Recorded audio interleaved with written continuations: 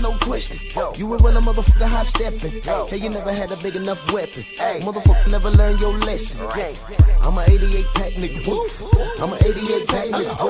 I mean, day walker, drink blood, fangs out, full moon, motherfucker change like a hoe, nigga. I'm just a nigga from the hood trying to stack a little cheddar for the money.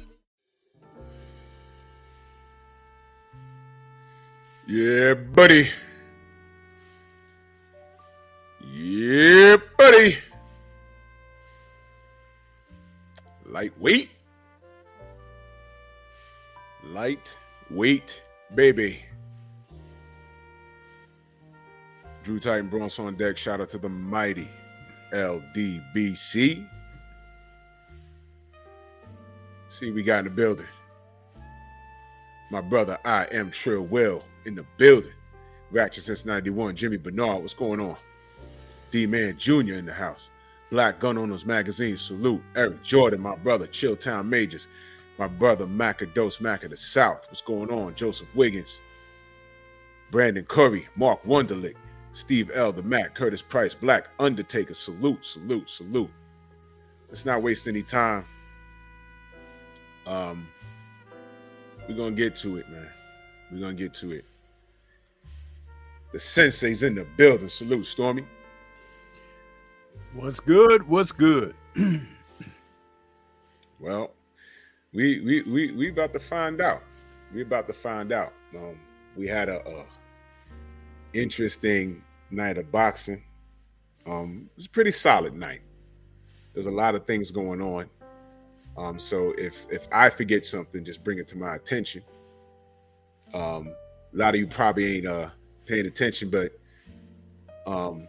Jermaine Franklin fought last night. Y'all remember him? Just that quick? Y'all remember him? See? You see what I'm saying? Here today, gone tomorrow. See that? He fought last night. Ja Pete? Hen Dog, salute. Kai World, what's going on?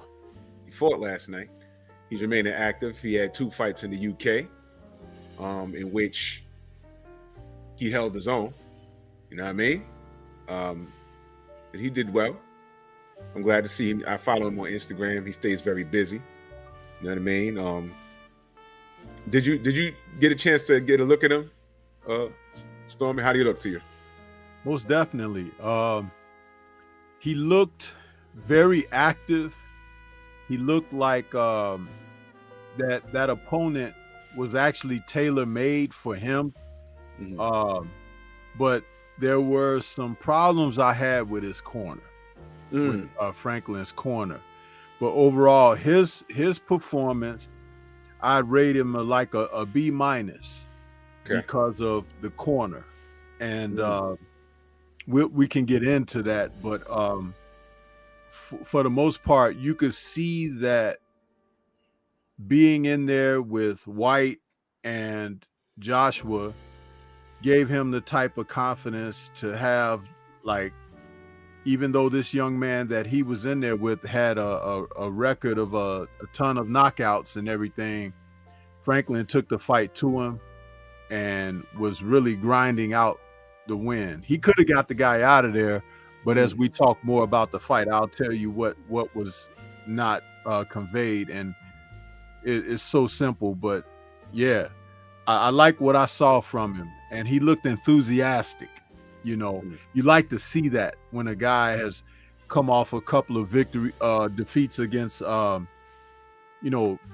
higher opposition. You don't want to see him drop down to the level of his opposition that he's facing. That guy was brought in, and I think he was a late sub as well. However, I have to say this about Franklin. If he expects to be a contender, not just a guy that's fighting and collecting some paydays and everything, but if he expects to, throw his hat in that arena of contention, the experience of his corner or lack thereof has to be addressed. What was going on in his corner that was wrong? Because I didn't catch the fight. I was doing a lot last night. I didn't catch it. Well, from what I could see is that Franklin had basically a heavy bag with legs in front of him, and he was throwing all of his power shots and using all of his energy trying to go upside Munoz's head. He really had little to no body work, no body attack. And his corner was not stressing it. He hit the guy near the hip area in one of the rounds, and the guy actually turned to the side as if he was gonna quit because he was complaining that the shot strayed a little low.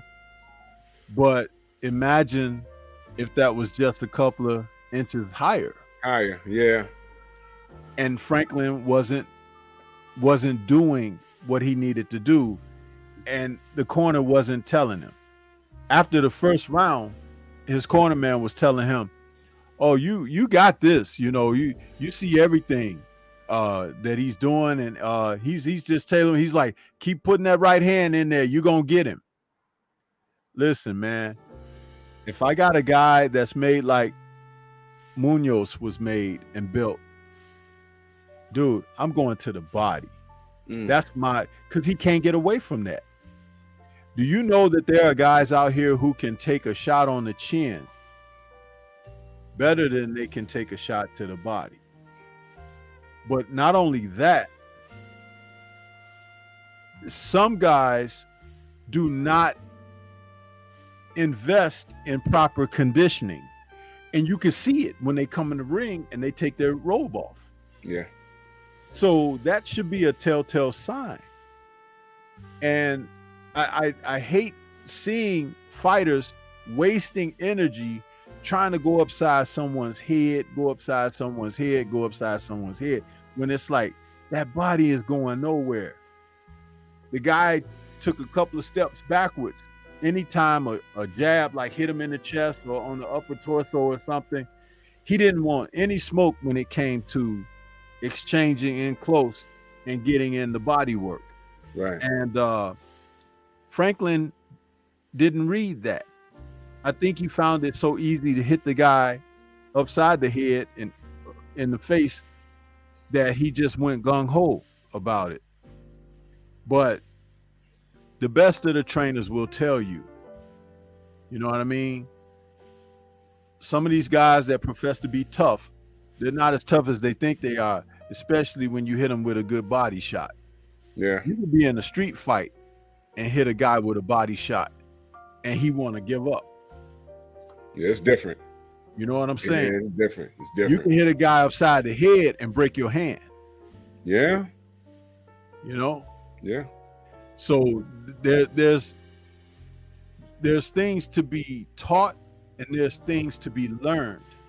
And when I say that regarding the Franklin camp, on both sides, if his cornerman can't look at what they did wrong and make the proper adjustment, because Franklin was in shape, his hand speed was there. That's what I wanted to ask you. How did he look? He was in shape. I think he was in better shape than when he fought Joshua. Actually, I think so. Good. But I just don't believe that he was given the proper instructions. He could have got this guy out of there and not have put in half the work that he ended up going 10 rounds. He could have put the proper punch placements in there and probably got the guy out of there within 6 or less. That's my assessment. Yeah. Wow. Well, I'm glad to see that he's active. I'm glad to see that he wasn't deterred from the Dillian White fight and wasn't deterred from the AJ fight. He's staying active, and I think he mentally understands his position. But sooner or later, he's gonna want he's gonna want another chance at one of the bigger names. I see him in the ring with like a Frankie Sanchez somewhere down the line. You know what I mean? And he's enough to I know y'all familiar with the term spoiler.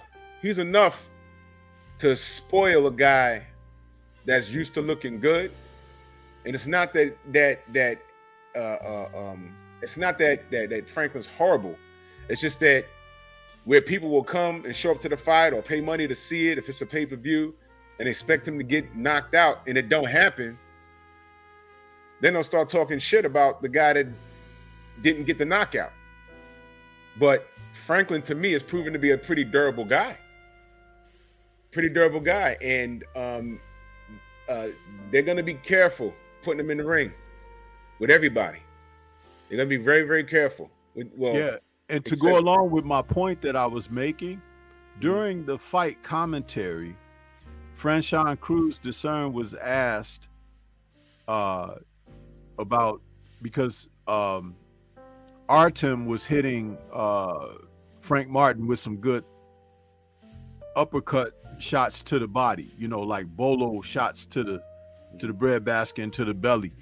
And the guy asked Franchon, he said, Franchon, would you like, to return the favor? If you're in a fight, because they talking about if it was her, would you return it? Like they hit you with a good shot, you would try that same shot on them or whatever. And she was like, no. She said, you hit me to the body, I'm going to be trying to, get you up out of there or whatever.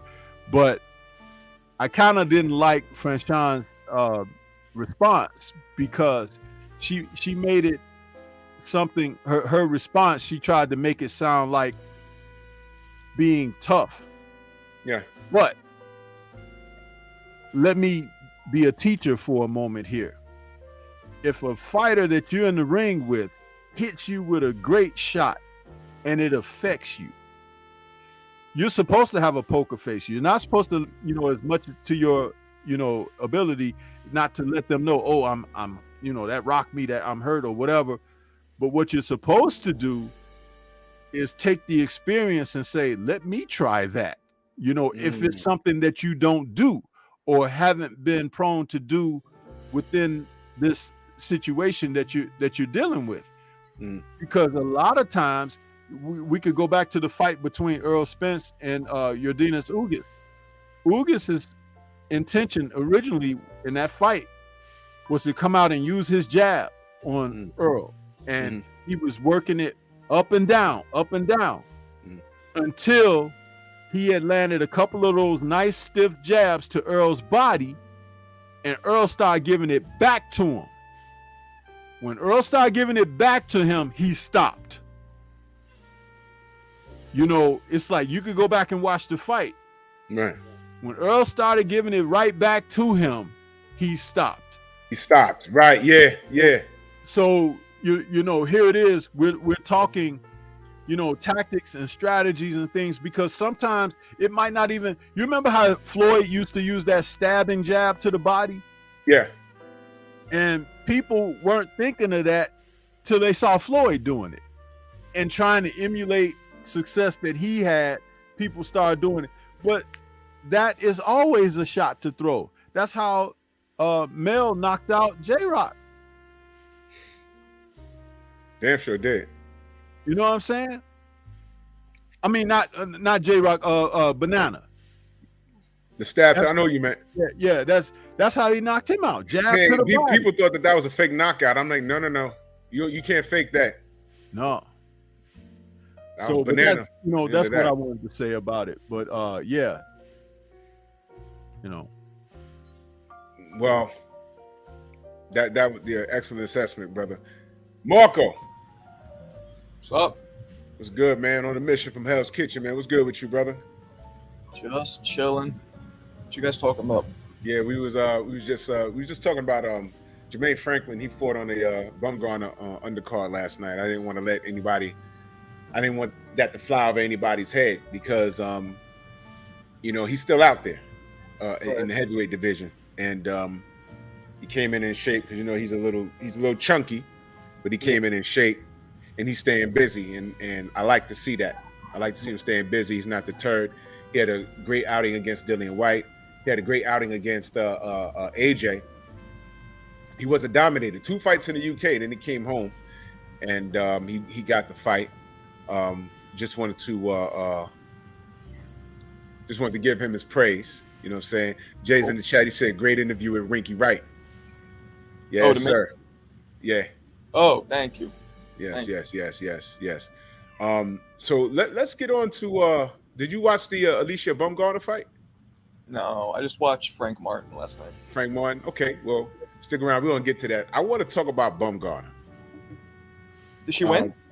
Oh yeah, she won. She got her revenge. This is the only lady. What's her name? Leonardo. What's her name? Linardatou. Okay, Christina. We'll call her Christina. We'll call her Christina. This is the only woman that beat her. When did she beat her? Stormy? 2019. Wow, 2019 she beat her, and she ran it back. And I like this. I like this in boxing. You know, people. You know, they always want to. If you lose, you know, I always had a problem with people losing and then not running it back or waiting 10 years to run shit back. Now your career, you lost early, but now you done took off. You're on like a 25 win streak. Now you want to go back to the guy that beat you, and he's gone on a 21 fight losing streak, and it's like, why do it now? You know. But it was still fresh, and she ran it back. Stormy, your assessment of Alycia Baumgardner last night, other than her being beautiful. One of the things I like to say about Christina, shout out to her because she took a year off to give birth. She had a child. Oh yeah, that's right. That's right. She came back and she was humbugging, man. It wasn't like, you know, and maybe, you know, that could have depleted her a little bit, you know what I mean? Just a little bit, because that's something that we don't have enough history in the sport to assess how coming back from delivering a child is gonna, you know, what kind of effect that's gonna have on a fighter. Right. But she still gave a great effort. There were close rounds, and what I liked about what I saw from Baumgardner is that Baumgardner was picking her shots very well, and she was punching with intensity and bad intentions. She was placing her shots man, was she digging to the body. She got a left hook to the body, bro. That left hook to the rear cage and to the chin. I know that Linardatou felt that, you know, and a couple of times she had her woozy. And it's funny because the women's bouts are only 2-minute rounds. And I have a feeling that if she had that third minute, maybe Christina wouldn't have gone the distance. But it was a great effort by both women. I really liked Baumgardner's her plan of how she was not going to let Christina take any play away from her. She stayed on top of her from the very onset, and she did it with boxing. She didn't go out there reckless, just bombing away.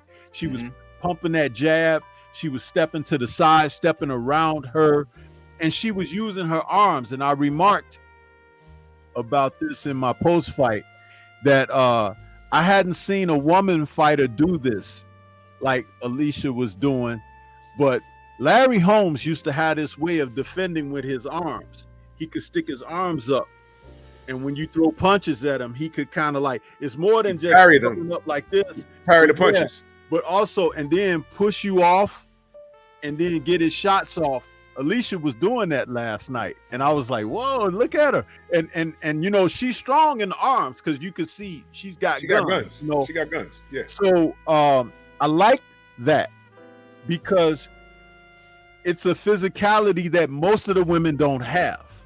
And her being a featherweight and being able to do this, she can move up and implement some things that will be worth serious consideration.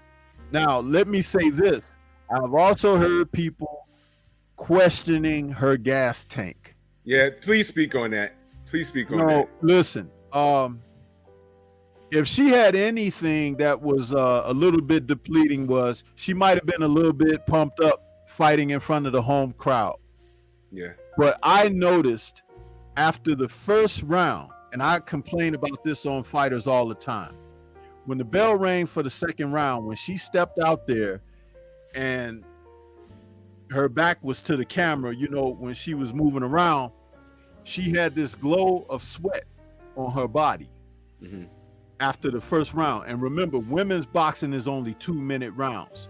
What that told me was she was in top shape and condition, and that she warmed up properly for the fight. You get some guys, they have to get going 2 or 3 rounds before they start sweating good. She was already, she had that glow. And Mark, she warmed up. She warmed up. Yeah, with that sweat. You used to see Tyson come to the ring like that a lot. You used to see Holyfield and those guys, you know, from the past era. You don't see a lot of the fighters of today's era coming to the ring like that. And some of them don't get off to good starts because they haven't warmed up properly. Alycia was warmed up and reared up and ready to go. And she was throwing her shots with intensity, like I said, and bad intentions. And also she picked moments to get her breather. But I like what she was doing when she was getting her breather, because she was putting force into what she was doing. She was trying to make that woman feel her and let her know, I'm trying to get you out of there. When you fight like that, you have to take moments to get your second win and things of that nature. But she would bull Christina into the ropes, you know, and then like get the shots off and push her off and step around and create distance again to make Christina have to reset to come after her again. Right. I loved it. You know, she looked like a real boxer puncher in there. And when the fight was over, you know, she was tired, of course. But who do you think was the more tired? The girl that was getting beat on or the girl that was doing the beating?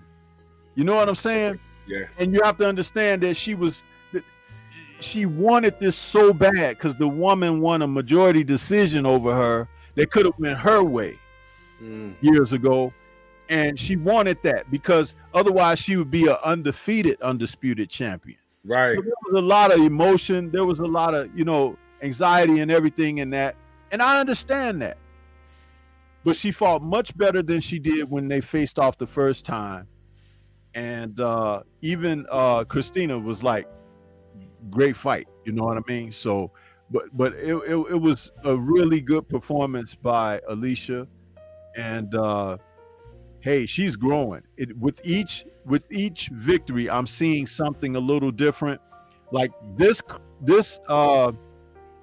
Baumgardner, I think, can take out Mayer now. When they fought originally, I thought that Mayer should have got that decision. And that was my honest assessment.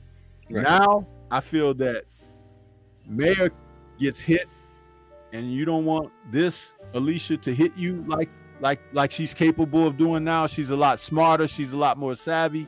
And like they say, sometimes winning a title can make you 10% a better fighter. I'm seeing the results with her.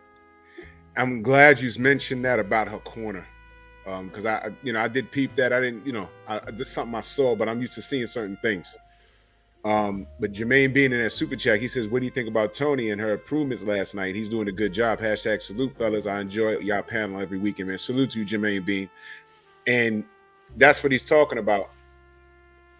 You mentioned that old school tactic with her putting her paws out, parrying shots. That's an old school thing, man. That's an old school thing. So when you mentioned Larry Holmes, and that's what I was about to ask you. And I forgot that Tony Harrison is in her corner. He's old school. He knows things like that. There's no doubt in my mind that she's picking things up that man already knows. It's rubbing off on her. You understand? So I think Tony's doing a magnificent job. A magnificent job. You know what I mean? And there's this thing about her, noted for carrying her hands low. But I realize what that is with her now. See, she is a female counterpuncher that will punch with you when you try to hit her. So she's inviting you to throw so she can nail you. Yes. And she understands that that's the best way to catch somebody really clean, is to give the impression that you might be open or whatever, but she's got her eyes open like a hawk, and she's paying attention. So I'm, after watching her, you know what I mean? It's not just watching one fight and say, oh, she keep her hands low. No, it's like watching her tactically, and you can kind of see how she's thinking in there. When you understand how certain fighters set traps and things of that nature, I understand what I'm looking at when it comes to her now, which is why I've given her a higher grade and say that I feel like if she faces off against someone like Mayer again, Mayer's going to be in trouble because Mayer has loopholes that Alycia can take advantage of. And that knockout against Terry Harper was not a fluke at all. That was crazy. But it's just like now she's even more confident as the champion that she is. And I'm telling you, one more minute or two more rounds, she gonna be getting more people up out of there, man. I'm glad to see her headlining, man. Yes, that was dope. I like that, man, and salute to her, man. So she gets an A, because I really enjoyed that work, man. That was boxing. Love that. So with that being said, let's go on to Mr. Frank Martin.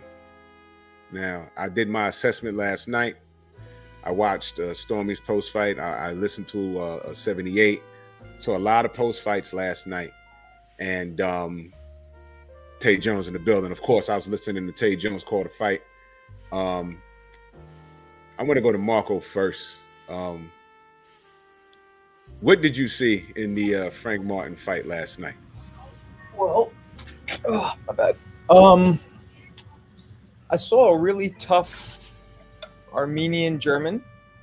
That dude was tough, real tough. I thought that it was close, but that knockdown sealed it. Martin, when he put his foot on the gas, the car went real fast. Yeah. But for one reason or the other, he didn't always want to put his foot on the gas. Or he couldn't. I don't want to discredit the opponent because the opponent seemed like he was doing some things to keep Martin at bay. But then that begs the question, but then why was it so easy for him to go in fifth gear when he actually went in fifth gear? You know what I mean? It was a little confusing. Yeah. But I thought Martin won, but I thought it was a close fight. And I thought that guy was tough as shit. I'll tell you one thing, too. It was refreshing hearing him be interviewed, the Armenian. Hearing him just be humble, no bullshit, it was nice. It was kind of nice. You know what I mean? Yeah. So I agree with that. I agree 1,000%. Yep. And to see that enthusiasm, because he was really, hey, I want to come back to Vegas. He's like, he's like Errol Spence. I just want to touch you. I'm like, all right, take it You know what I got from him? Not only does he do this for a living, but he's a fan. Yeah. He's a fan. I like guys like that. I didn't look at it as, something negative. It was very positive. And I'll tell you something. He fought with that same type of disposition because even when Martin got to him a little bit in certain instances, after he got himself together, he was right back into what he was best at doing. So let me tell you what this matchup reminded me of. And salute to TD Harden. He says Jack Johnson used to parry punches like that, old school. Punch pack, George Foreman.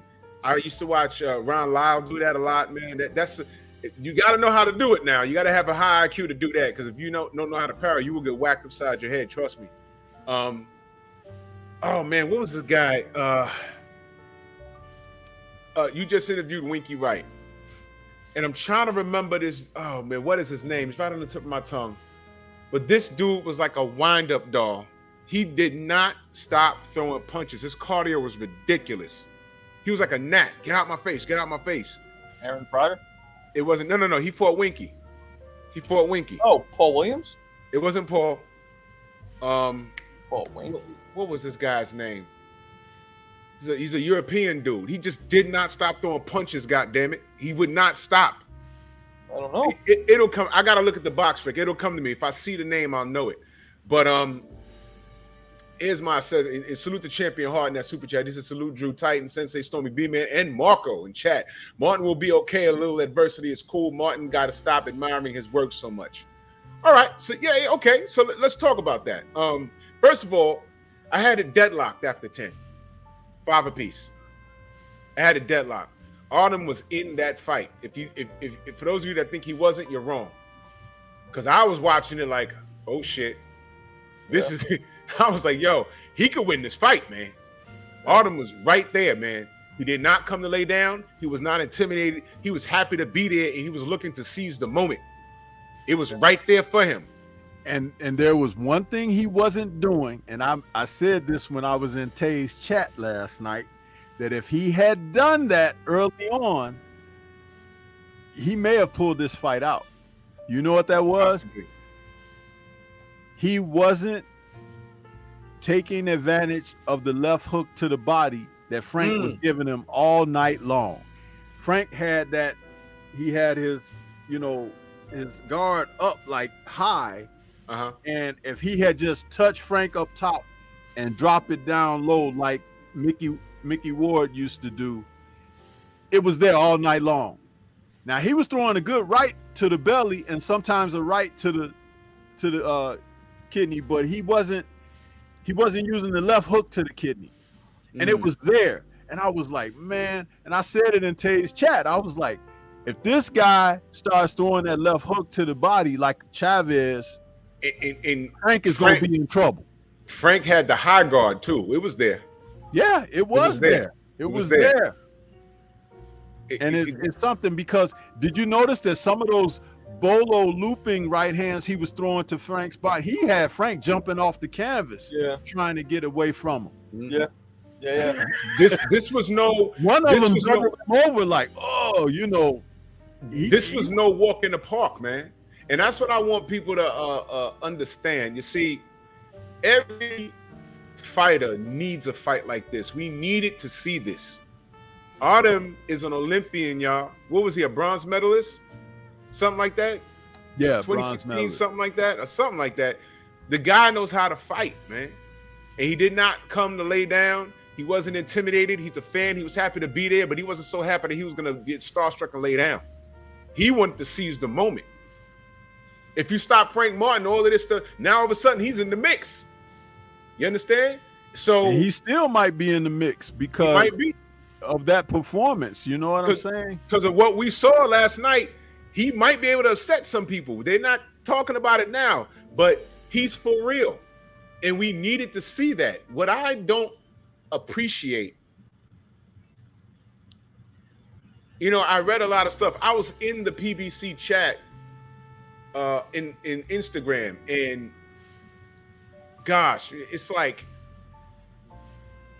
you don't want to, because you'll be talking to people all goddamn night. Everyone's talking about, oh, he's a hype job, he's not as advertised, and I'm like, yo, what are you talking about? This was a tough guy he fought. Now, another thing is the hate for Frank Martin, because that's what it is. The hate for Frank Martin, he's guilty by association because he's with Errol. Let's just keep it a buck right now. There's a lot of people that love Errol. There's a lot of people that hate Errol for obvious reasons. I don't know why a lot of y'all think like that. I'm a fan of Bud, but so I gotta hate Errol. I love Errol, so I gotta hate Bud. I don't know what's wrong with y'all niggas, but whatever. I saw Keyshawn Davis talking slick on the gram, but he's supposed to. That's his rival. He's supposed to. I ain't got no problem with that. But this was a tough guy, and what we saw last night was Frank had to use his brain and say, in Derrick James, he knew this fight was deadlocked. He knew it. And Frank had to make a decision. I got to smash the gas on this guy because they're going to take this shit from me. And he did. Now, I want y'all to just, the championship rounds are just that. That's when champions show up. Frank showed up. I had it deadlocked until 11-12. I'm sorry, 10, 11, 12. Well, the end of 10 going to 11 and 12. Frank separated himself. He pulled away. He was sprinting on his ass. Broke up his eye. dropped him. Come on, y'all. Now, another thing is, we all saw Shakur. I ain't do a video on it. I may or may not. But Shakur Sanchez was saying he's food. And a lot of Mr. Sanchez's fans are saying, yeah, he's food. He's food. I want y'all to think about something. A few fights ago, Shakur Sanchez fought on ESPN, and I forget who he was fighting, but he didn't get him out of there. And man, did Twitter give it to him? Did Tim Bradley give it to him? A lot of people gave it to him. You were supposed to knock him out. You were supposed to get him out of there. And we stood in the pocket for Mr. Sanchez. And we said, hey, man, you ain't got to knock everybody out. He washed them. Had Shakur Sanchez apologizing. Sorry, I ain't get the knock. Man, oh, you won, man. Yeah, you that won, was man. Fuck Nakatila. Huh? That was against Nakatila when they were saying those things about him. But he dropped the guy twice in that fight. Dropped him twice, but soundly. It's not enough because he was supposed to get the knockout, and we right here was like, don't apologize for winning. These people, they're not in there getting punched in their face. You did what you had to do. Had that poor kid apologizing. Well, you think Frank Sanchez is food? Well, that's. I mean, Frank Sanchez. Shakur Sanchez. You think Frank Martin is food? Okay, he might be. He might not. We won't know until y'all fight. We won't know. But do something because we know what you're not gonna do. But do something. And what Autumn was able to do, you might not be able to do. We don't do triangle theories, man. But talk your talk. You're supposed to. Talk your talk. Is he food? I don't know. But what I'm saying is, listen, man. This guy was a tough opponent. And now we know what Frank is made of when he faces adversity. You know what we don't know? We don't know what Shakur's made of. What happens when Shakur gets punched in his face or he gets dropped or he has to think outside of a box? We don't know yet because he hasn't met that opponent with a matching IQ.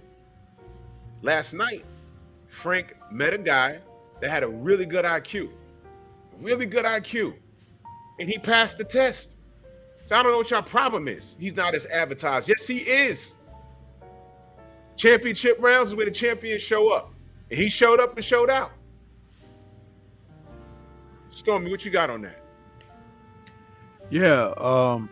Now, if somebody want to make a proper assessment of what Frank really needs to work on, you have to consider his being too defensive in moments where he's giving rounds away because of inactivity. Right. Posturing, blocking shots, slipping, whatever. You have to work off of that. You have to get back. And I think that's what Derek was also trying to get him to come out of, because that's one of the things that kept Artem in the fight big time in the early rounds, because Frank was slipping, he was blocking, he was catching, but he wasn't firing anything back or countering. He has to put it together, at one time. And also because Frank has got some pop on his punches. I can tell that. He has to also get into the area of countering people when they throw at him. Just like I was talking about Baumgardner a moment ago. Right. It's like he has hand speed and everything. He needs to be able to set traps off of his defensive postures and counter or time guys where he can nail him a shot that he wouldn't normally land because they're respecting his power and everything. So you have to create openings, you know what I'm saying, for your offense. And sometimes just lying in wait and waiting for a guy to do something, knowing the proper counters to shoot back when a guy lets one hand leave near his face or his body. So, and there's always a combination of punches to fire when someone's doing something toward you. You just have to work and practice on it in the gym and know exactly what you're doing.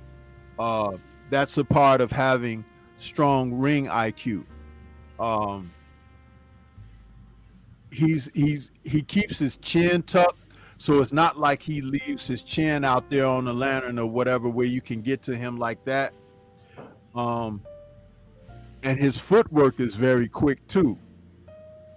So he has to, and I made a suggestion last night on my post fight.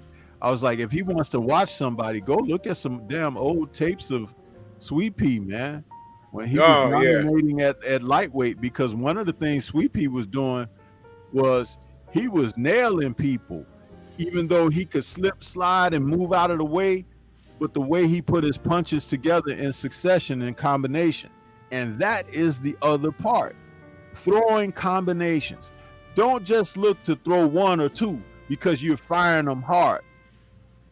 Throw a succession of shots because it's the last couple of shots that's going to get there, because guys typically will move a couple of times, but when the punches are still coming, that's when they get rattled, and sometimes they're in disarray because a fuselage of punches are coming. So you have to be able to throw your punches in combinations. Right. And Frank has the type of hand speed that he can do that. There are some fighters that won't be able to match his hand speed. So he'll be able to take advantage of them even more.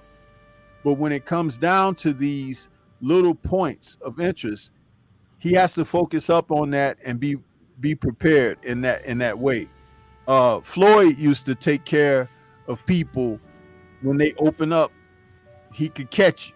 You know what I mean? Do you remember him pounding on Arturo Gotti when Gotti would throw one of them big hooks and Floyd would slip it or something and just yank? He couldn't miss. He would, like, you know, it was like he took advantage of his own hand speed and everything, and the other guy being off balance or being wide open. Right. Those are your times. You can't sit and wait for the perfect opportunity because that may never come. Sometimes you have to create your opportunities. True story. Marco. What's up? It was Sam Solomon when he fought. I don't remember Sam Solomon. Bro, he would not stop throwing punches. It was annoying. But Ron won the fight. But I remember watching that like, well, goddamn. Sam Solomon had ridiculous cardio. Damn. He did not stop the whole night. And, you know, Winky's like a massive at defense. But I was like, God damn, will this dude stop for 2 seconds? He would not stop. But his cardio, he had a 12-pack up to the bottom of his goddamn chest. Sam was ripped. He was ripped. And he would not stop throwing punches. I said, damn, man. But it was, that had to be. I always wanted to talk to Winky about that damn, like, yo, what, I was annoyed watching it. Like, bro, stop for a second. Jesus. Yeah. Marco, you're like, as far as like Frank Martin is concerned, yeah, he's from Australia. The landscape in that division right now, where do you think Frank Martin fits in? What weight is he in again? He's 35. 35. 135. Well, you know, that means that he's going to be available for 140 any moment. You know, like, I look at all those guys when it comes to 130 to 140. I look at them all in the same basket, because what's 5 pounds either way. So he's going to be in the mix with Shakur, with Tank, with Haney, with all those guys. Keyshawn's also the same weight. Yeah, Keyshawn's there. That's the rivalry right there because of the camps. You know, Bud, Keyshawn's with Bud, Frank is with Errol. Right. You know. I don't know, man. It's hard to tell. It's hard to tell with Frank because, you know, he looks good, but he seemed to lack a bit of a killer instinct, maybe. You know, or at least I wouldn't say lacked it, because when he needed it, it did kick in. But it's hard for me to make an assessment because I mean, isn't this the only decent fighter that he's fought? Like the guy he just fought. I think it's the best fighter he's fought so far. We thought it'd be Michel Rivera, but he beat Rivera pretty easy in my opinion. Right. Rivera was like that dude who looks like a mix of Cheeto Trinidad and Ali. Yeah. Tito Ali. Yeah. And then insult to injury after he loses to Frank Martin. And we haven't seen him since, right? We haven't seen him since. No. Well, he's suspended. He tested positive for something, remember? Yeah. Oh, did he? Yeah. Yeah. Yeah, that was bad. That's all bad. So he was crying about it and everything. So I don't know if that was guilt because he was caught or it was just he didn't know what was going on. And he's at 135. So when he comes back, depending on, because they were really marketing him. I met the kid. He's a nice, quiet kid or whatever. But, he lost and then he popped. So they're going to throw him into the mix. 135 is pretty exciting. And I think Devin is going to just go to 140 and the Infinity Stone's going to go all over the place now. So 135 is for real. And Loma's still there. Yeah. I was just about to say that means Loma got his work cut out for him. Yeah, it's a lot of work down there. He thought he was ducking Haney. He got a lot more ducks. Loma got a lot of beef. So all you guys that are on Loma's, jizz nuts, I'm telling you, he gonna have to clean all that up. Can he clean it up? I mean, he's not fighting Haney. Forget about it. I just saw an article. They want Haney. It's not happening. Get out of here. He said he's not going to 140. In my opinion, the two stars in those two weight classes are by far Tank. To me, is number one, and then Shakur is biting at his heels. And that's, to me, if they fight, that's almost a Spence Crawford in terms of how even I think it would be. I'd have to give Tank a little bit of an edge because of the experience, but Shakur seems like he could be one of those 1 in a billion kind of special fighters. You know what I mean? But again, we need to see more. Yeah. I give Frank a passing grade because I liked how he ended the fight. Yeah. Because it was deadlocked, and I was very impressed with Autumn. I was very impressed with him. I was happy to see him. I mean, F it, man. I'll throw him in the mix. He's a dark horse at this point because no one's thinking about it. Yeah. But he can go in there. You know what I would like to see? I would like to see him fight Jermaine Ortiz in a comeback fight because we haven't seen Jermaine Ortiz since he fought Loma, right? I don't know. I think him versus Autumn would be a pretty good. I'd watch that. I'd definitely watch that because 135 is so deep. Right. Have we seen Keyshawn Davis do anything spectacular yet? No, he's dominated all his opponents and he's with Team Crawford. That's all we know. I want to see him in like an adverse fight. Shakur, he beat Oscar Valpez. I'll give him that. But now he at 135. Make some noise. Isaac Cruz, that's right.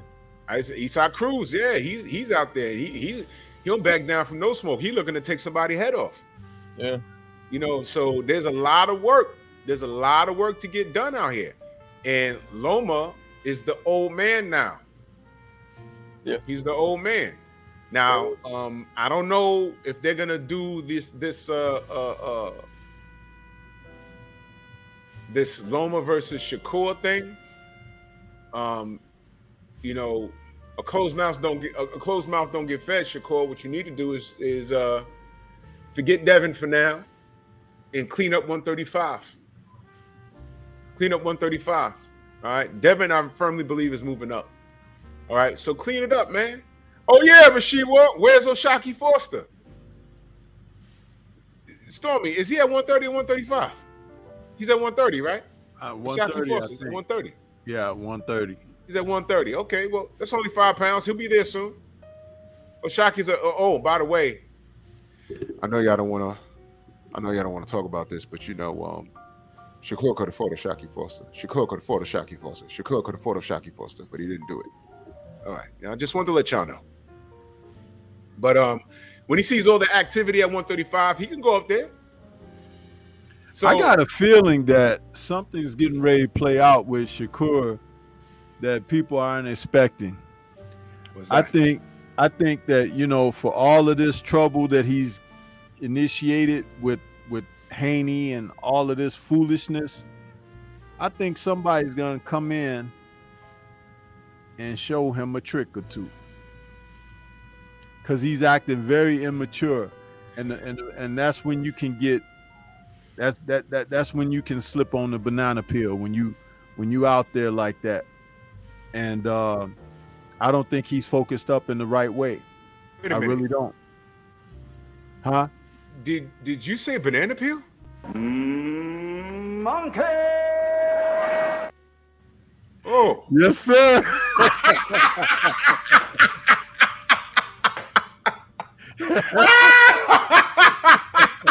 Whoa! What the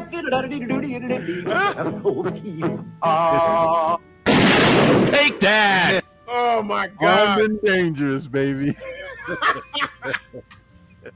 That wasn't set up, y'all. Oh man. Yeah, you know, but Shakur, you know, they're giving him a lot of roses right now. They're giving him a lot of accolades. And look, man, I'm not gonna say the kid is trash, but when you really look at his resume, Listen, this is all you need to know. Just harp on this. The Robeson Conseco fight. Uh-huh. It was supposed to take place for Shakur's unified titles. He had 2 belts. yep. He signed to fight, trained for the fight, missed weight. Miss Wait. Uh-oh.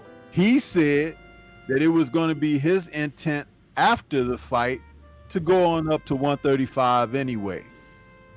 However, where is your part, your role in being a professional?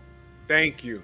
Because you were the champion, and there was a certain amount of respect that comes with that, and you lost the titles on the scales. Oh, I just couldn't make the weight. I didn't want to be peeing orange and all of that. Whatever, dude. It wasn't your first weigh-in. You know what I'm saying?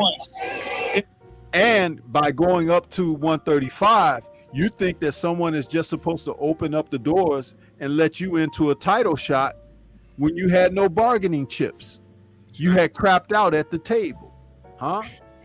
So that means you got to get your butt in line. Yep. You got to beat some people at 135 to let us know that you've arrived. And we don't want to hear that, oh, nobody wants to fight you. Because haven't we heard Tyson Fury say the same thing? Uh-huh. Yeah. But And the what difference happened? is Tyson Fury still has his belt, but you have absolutely nothing but time and space to prove yourself at 135, while the other guys are going to be doing what they're doing. You just mentioned O'Shaquie Foster. Now we got Frank Martin, huh? We still got Michelle Rivera out there whenever he's able to come back. You got Keyshawn Davis. You got guys. It's time to stop the social media crap and get your butt in the gym and tell Bob Arum and Top Rank, I need a fight. I need to fight one of these named guys. It's as simple as that. Otherwise, all that standing back, staring at people on social media and all that foolishness, get out of here with that, man. Get out of here with that. It's ridiculous. Our brother Khalid Hassan says Shakur is not disciplinary enough to be undisputed. And listen, we reserve the right to think that because he lost his belt on the scales. That means he didn't give a damn. Yep. Now, you supposed to trust a guy like that? Now, Akron boy, that's a fight that I would love to see. And see, I pointed that out for a reason, because it shows that something is missing there. Remember, I don't have to see a guy have a poor performance and be like, oh, I don't know about him. I look at other things. You understand? because there are guys out here who have championship title belts. They'll faint at the weigh-in so they don't lose their damn belt. That's right. On the scales. Mikey So Garcia what does did Shakur that. really think he doing? Somebody done rolled out a red carpet for him? Dude, you're not Vasily Lomachenko. Get your ass in there and start proving yourself in the ring. That's right, Mr. What Sanchez. you did You're gonna find out. yesterday is just yesterday. We're on today. Huh? And as far as we know, Frank Martin just passed one hell of a test. That's right. We don't know if you could have passed that test. Wasn't he crying when he lost in the Olympics? Like a baby. There ain't no crying in boxing, bro. Hey, Marco. Is Shakur as advertised, or is he just celebrated right now? Well, how's he advertised? I don't know if you. No, I don't. I don't know if you pay attention like how we pay attention, or when we put up a video. Shakur has developed a fan base. Some of it is official. Most of it is people that just can't stand the Haneys. That's what it is. Oh. But with all of that being said, is he as good as advertised? Well, why I asked you how he's advertised is because that matters, right? What your opinion of how he's advertised is to what my opinion of how he's advertised. I know some people close in his camp say that he is one of the best fighters they've ever seen. And, that's hard to fully digest when it's somebody that's real cool with them. Of course, they're going to say that. But at the same time, I trust their opinion. Mm-hmm. He hasn't, to me, you got to show it. Mm-hmm. Yeah. So the answer is I guess he's only as good as his career so far. People do. I do hear people say that he is the greatest defensive fighter they've ever seen, and I do see here a little bit of building him up, the way people talk about him. I guess that's what you're talking about. But he's only shown us so much. But it's not his fault so far because he hasn't really fought any huge fighters yet. So he needs to fight a Devin. He needs to fight one of these guys, and then we'll know. So the answer is I don't know. I agree. You have to show and prove. I want to see the dog. I'll give you an example. Bullshit aside, Floyd Mayweather Jr. was a goddamn dog. Yeah. He was a dog. I remember there was a time when people talk shit about him. I remember, he hasn't fought anybody. It's funny, there's a couple interviews you pull him up, and it's hilarious because everybody that they were naming at the time, he ended up beating all of them. But why are you ducking blood? Why you duck nonstop? And the guys that ducked him in the late 90s and the early 2000s. Acelino Freitas was a champion, ducked him. Joel Casamayor ducked him.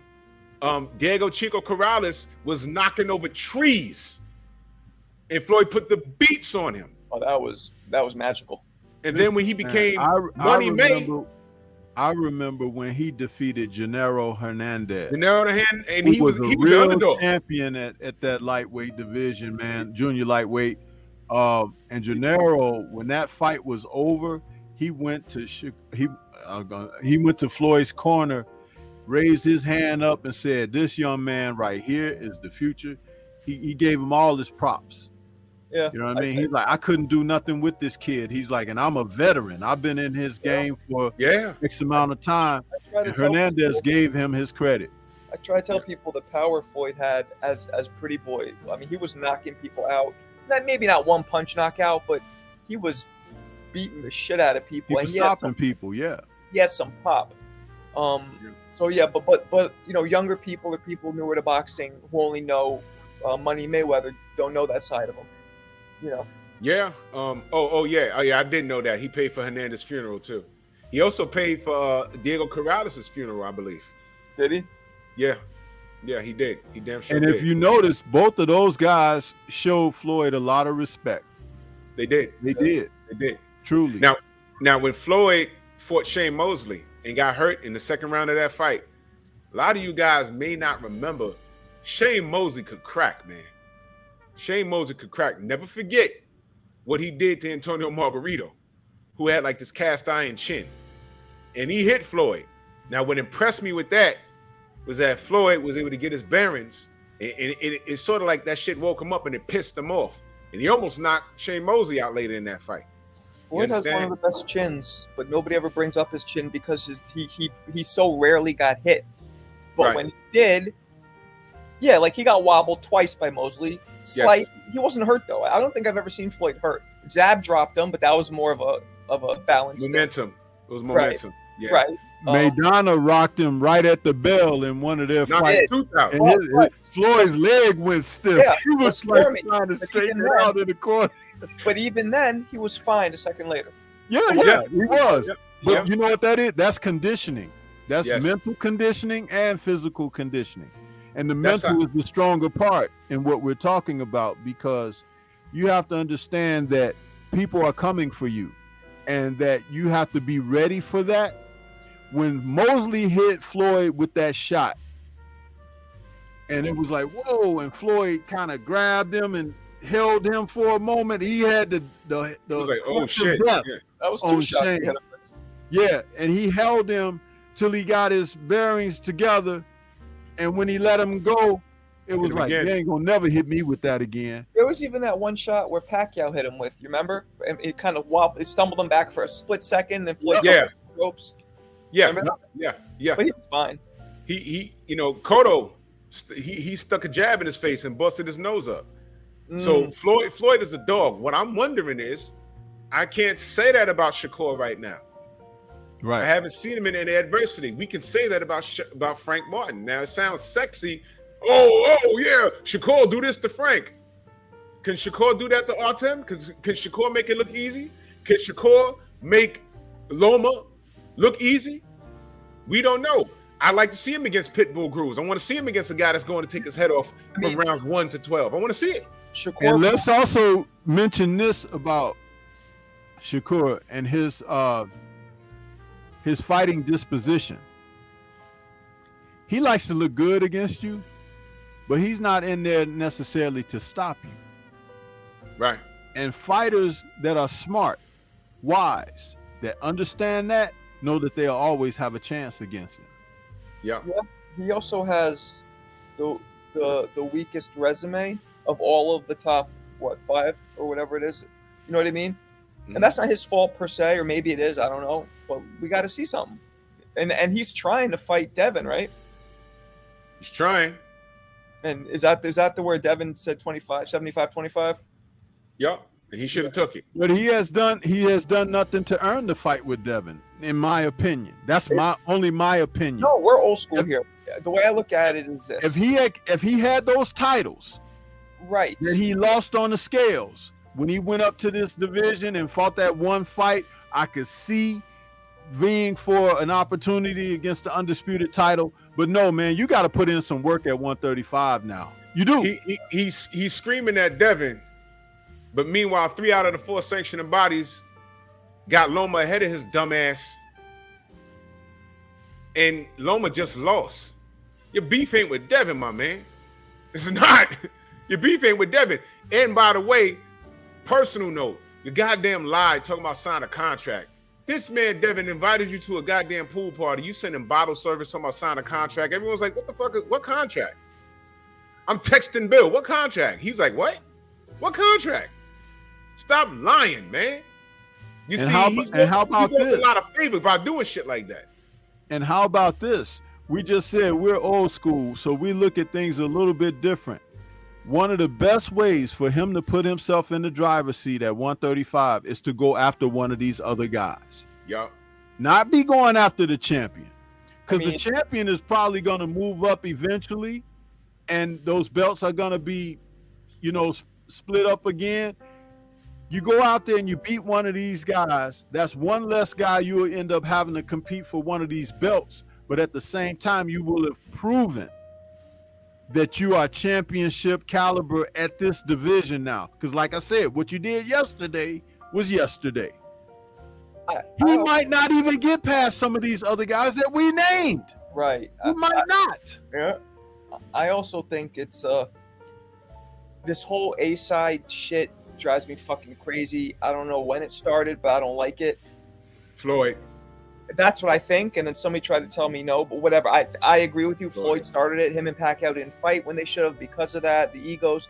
All I'm saying is this. Old school is somebody who's like, you know what? I will take a concession for one fight because I believe in myself. And I know after I win that fight, then I'm calling all the shots. And that's what I would do. But there is also a side of it where, look, fighters they have managers, promoters in their ears. You put your life on the line, blah, blah, blah, blah, blah. You should get what you deserve every fight. So there is that. Mm-hmm. So it's kind of you know what I mean? So our brother PLG Ski, he says, Shakur brings bigger fight than any option Devin has besides Tank. Stop it, family. Well,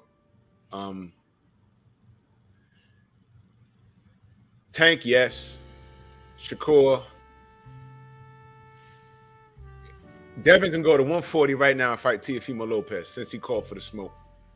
And that's a bigger fight. You know why? Because Teofimo got some belts. Yeah, Teo's a bigger. He has one belt. Even Regis Prograis. Regis got a belt. Now, what is Shakur doing other than crying and peeking from behind corners and looking like a snake he is? You know what I'm saying? I'm not saying Devin and Shakur doesn't capture the eye. I'm just saying he got to get in the back of the line, man. He got to earn his keep like Devin did.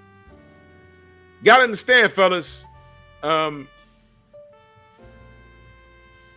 Okay. L-Dub, salute. Okay. The best fight the best. Right now, Teofimo's better than Shakur. Is that a lie? It's Teofimo Lopez, and y'all know I don't fuck with Teo. Teofimo Lopez is a bigger draw, bigger name than Shakur. He also has skills. Right or wrong? Right or wrong? Now, watch this. Shakur just said, fuck it. I'm not going to make weight. I'm going to 135. And he missed weight. Tank has missed weight. Devin has never missed weight. He got in there at 135 and won. Now he don't need to drain himself. He can go to 140 and face Teofimo Lopez. That's a big program. They got belts. What is Shakur bringing to the table? So we know our best fight in the belt. Teo or Regis is better than Shakur. On paper, right now. Now, you want what do you say? Doesn't sell though. Teo's fighting in ballrooms. Bro, there's belts involved. There's belts involved. What kind of fans are we? This is what I'm talking about. Shakur's not one of the best in comparison to champions. You see, and this is where we get all crossed out right here. Teofimo, and y'all know I don't fuck with that guy. I ain't got no problem with Regis Prograis either. But Teofimo, on paper, is a champion. Devin can go up there and he can fight Regis or Teofimo right now. And he can get a belt. What is he doing hanging around at 135, draining himself to fight Shakur? Now watch this, on a personal note. Why should he do that for Shakur? Tell me why you think, put yourself in Devin's shoes and tell me why he should give Shakur a shot at anything after what he did. All this lying and shit. Tell me why. We done did videos about it. Let me ask y'all a question. Did Shakur treat his friend fairly? Lying? Marco, me and you are in the same division, and I send you a note, sign a contract. And you're like, what the fuck? And then you go on your Twitter the next day, Marco's ducking Drew. He sent them a contract, and you know goddamn well, and I know goddamn well I ain't send you shit. So you're saying that you talked to Bill Haney, and he said that no contract was signed? There was no contract signed. He was acting out. So he was creating publicity. He was creating bullshit. So now I did that to you. Now I'm dragging your name. Are we still friends after that? Like, yo, what the fuck? And Shakur's in there talking slick like, oh, well, they made me say it. He done backpedaled on shit, jumps in the ring. Yeah, I thought Loma won the fight. The next day he says, no, well, I had it a draw. All this bullshit. It's bullshit. You dragging and you playing yourself. So y'all tell me, why should Devin hang out at 135 and drain himself and do his man a favor. Go ahead. Tell me why. Anyone in the chat, PLG, let me know. Would you do that, PLG? Would you do that? I'm just not asking. only that, but check this out. And nobody wants to talk about this, but I'll throw it out there again. Go ahead. Vasily Lomachenko is the one who had been anointed, by the PTB media, everybody that would listen, as the man. And Devin had been chasing after him for a long time. Mm-hmm. But, Teofimo upset him. Okay? And then Teofimo lost to Kambosos. Mm-hmm. Well, Devin went through all sorts of trouble to get that opportunity at the titles with Kambosos. Yep. And not only did he do that and become successful, but he also had to take the terms of a rematch in the same place against Kambosos, along with an opportunity for Lomachenko to have, if he's successful in the second fight against Kambosos. So he got Lomachenko anyway. So he basically beat the man that beat the man that beat the man, which makes Devin the man. And not only does that make him the man, he now has the best resume at the weight. That's right. The best. Tio, who beat Vasil, left the weight because he really didn't want to fight Devin. That's right. That was it. And now that he's at 140 and he's got that belt, Devin is entertaining moving up to 140 anyway. And he's mentioning to Tio, hey, here I am, here I come. And now this guy is talking, well, 20 million. Huh? Seriously. And I know, Marco knows, that when these guys start talking those exuberant purses and everything like that, they ain't trying to make a doggone fight to save their lives. But the whole point of this is that Devin has earned his stripes and his resume stands head and shoulders above everybody else, no matter what they're all doing down there now, including Tank. Because Tank is often fighting guys who have, let's just say that they don't all have the same opportunity at a chance for victory, lacking either athleticism, footwork, certain things, you understand? So it's like that's always a little bit angle for Tank. Not that he can't beat other guys, but he's not even trying to face them. So Tank and Tio are like two sides of the same coin. Salute to Joseph Brown in that super chat. Much love. He said, "Let Shakur earn it by fighting Loma. Earn it." And see, that's a good phrase. Let him earn it. Our brother PLG Ski, who's entitled to his opinion, he says, "Where I'm from, we kick a motherfucker ass that do that, not run in the fighting sport. Sounds like excuses." Well, let me ask you a question, PLG. What do you say down here? So because Dev took a shitty deal, everyone should, it's the same black folks who work hard. No. Wait a minute. Stop. Jonathan, what up? Stop. I like to keep it simple here. All right. Devin had so many walls erected in front of him. I'm surprised he didn't quit. Okay? Let's not forget the road traveled. Devin did all the heavy lifting at 135. He did all the heavy lifting. Check the resume.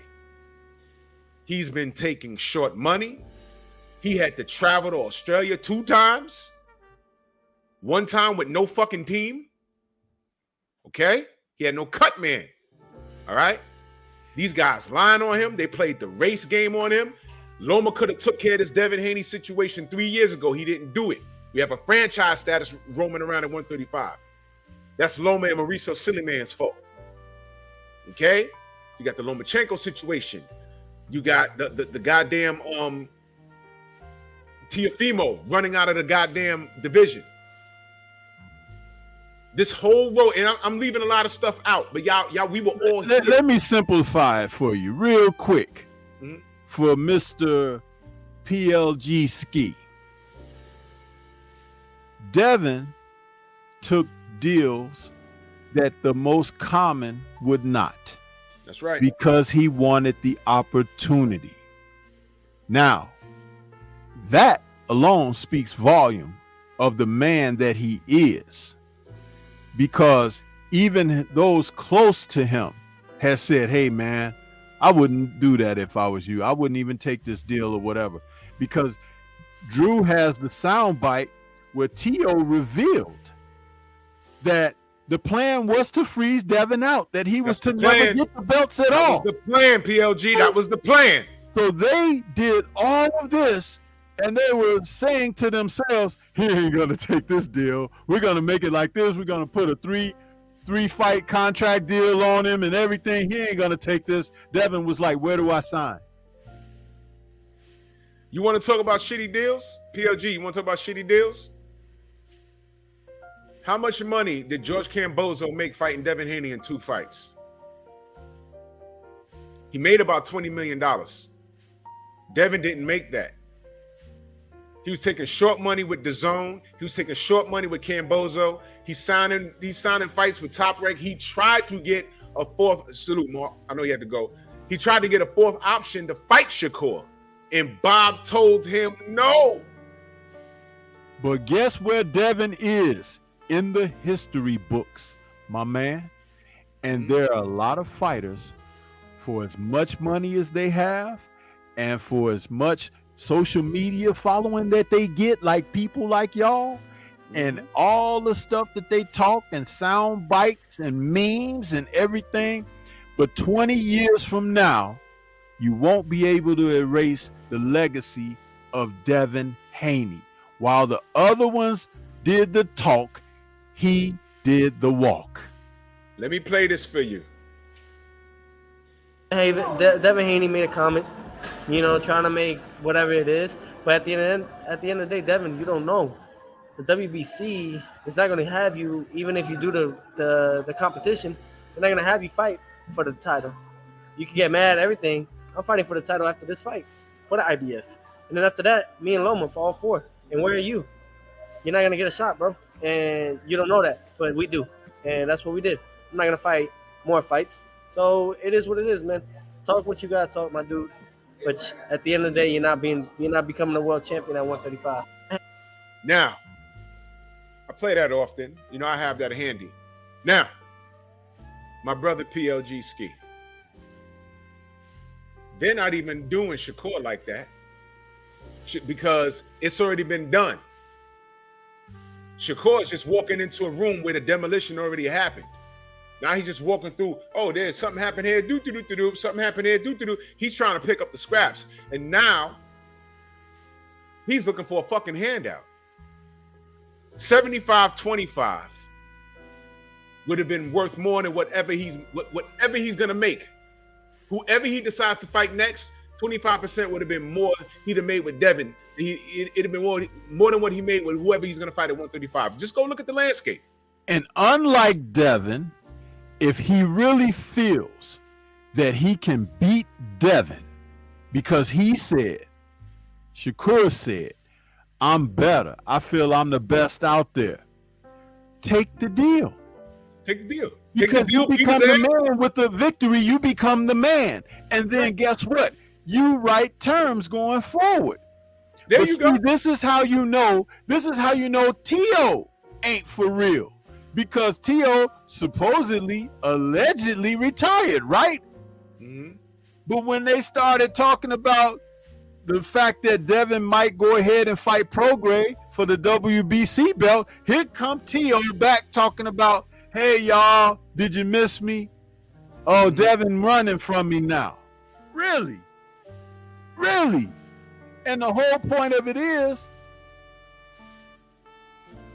Devin has already done the work, the footwork. Remember, Shakur evaded the footwork at 130. Drew said it earlier in this conversation. Can he be trusted? If you ask me, he's showing you in multiple ways that he cannot be trusted. Not at all. Not at all. These are just the facts, man.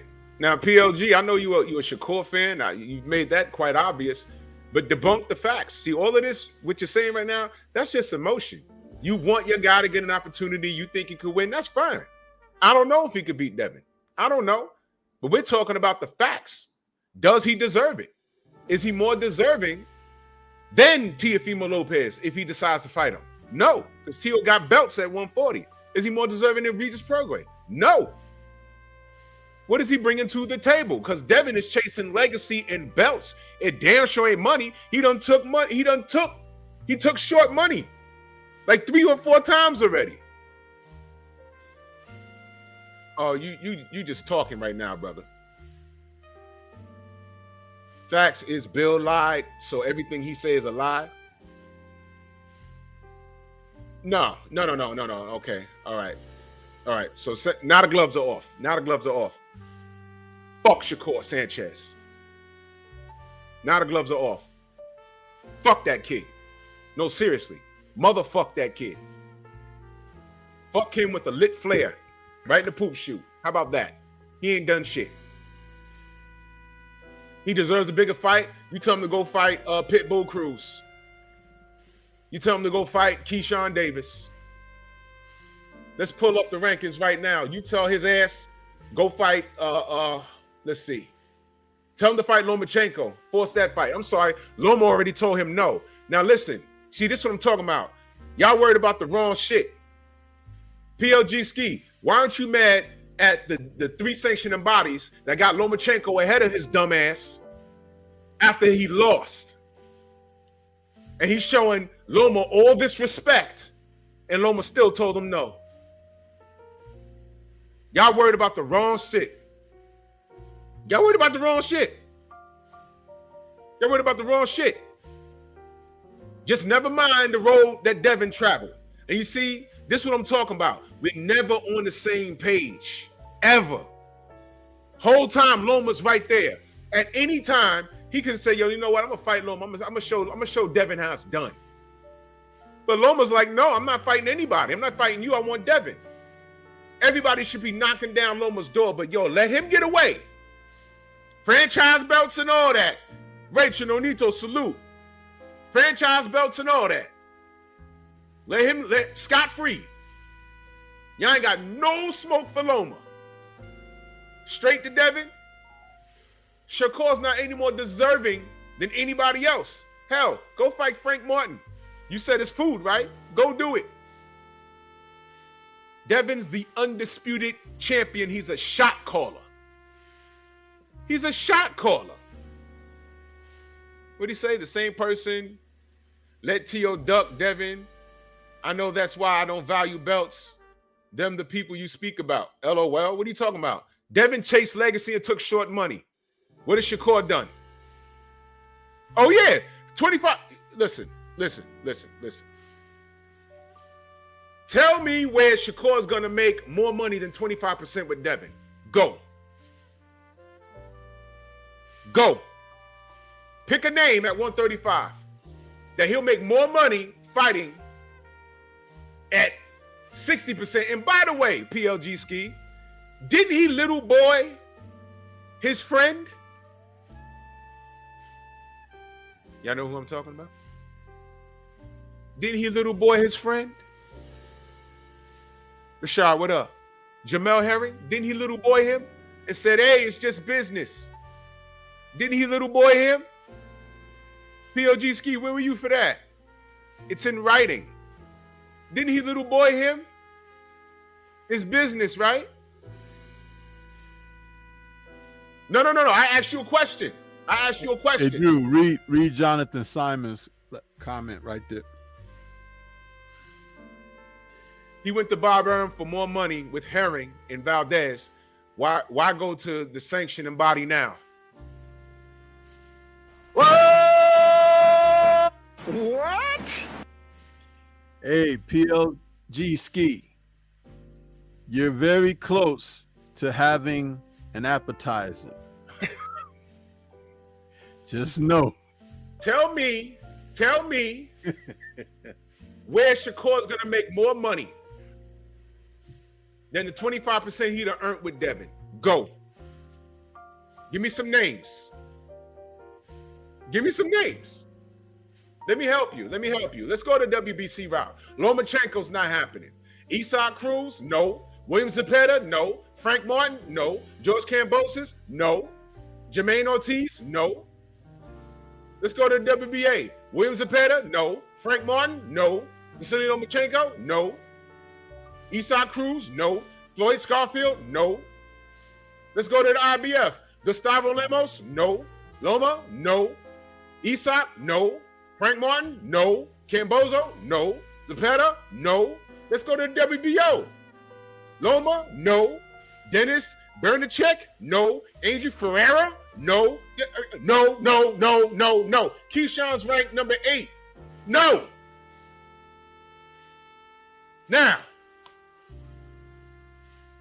Now, it don't matter, because guess what? He can go fight Tio if Tio's serious, or Regis Prograis, but Shakur still ain't making that bread. He's not making the 25%. See, Devin he's gonna get a guaranteed purse no matter where he goes. What is Shakur gonna do? Or he can get real tough. He could get real tough with it and go face Subriel Matias. Those are options up there, and any of those champions, with the exception of Tio, should want to fight him. Listen, Devin fighting and getting paid is better than what Shakur's about not to do. I'm not going to take $7.5 million, which would be 20. I'm just throwing a number out there. Let's say 25% fighting Devin is $7.5 million. I'm worth more than that. Okay, go ahead and fight Zepeda for $1.2 million. The math ain't mathing. What are you talking about? 70% fighting Zepeda, 70-30 fighting Zepeda will give you $1.5 million. 25% fighting Devin to get you $7 million. I just sounded off all these names. Help me out, PLG Ski. Where is Shakur gonna make that amount of money? That'll be more than 25% of what Devin is offering. Let me just ask this question here. Let me ask this question based on Ski's last comment. Mm-hmm. What does the fact that the fighters being paid the purse that they're paid to fight have to do with the X's and O's of victory and losses in the game of boxing? What does that have to do with? Why are you concerned with their pockets? Why? They're not. Are they, paying your rent, your mortgage, your car note, or something? Is somebody got you coming for a special meal or something? Is holiday time? They giving you some turkeys or something? What is really the obsession with being inside fighters' pockets with their purses?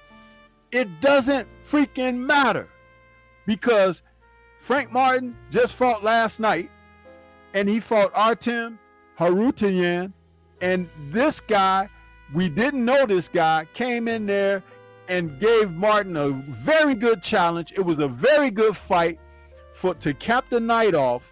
And is anybody talking about how much money Frank Martin made, or how much that Harutyunyan how he made in that fight? No, we were talking about it's a damn good fight.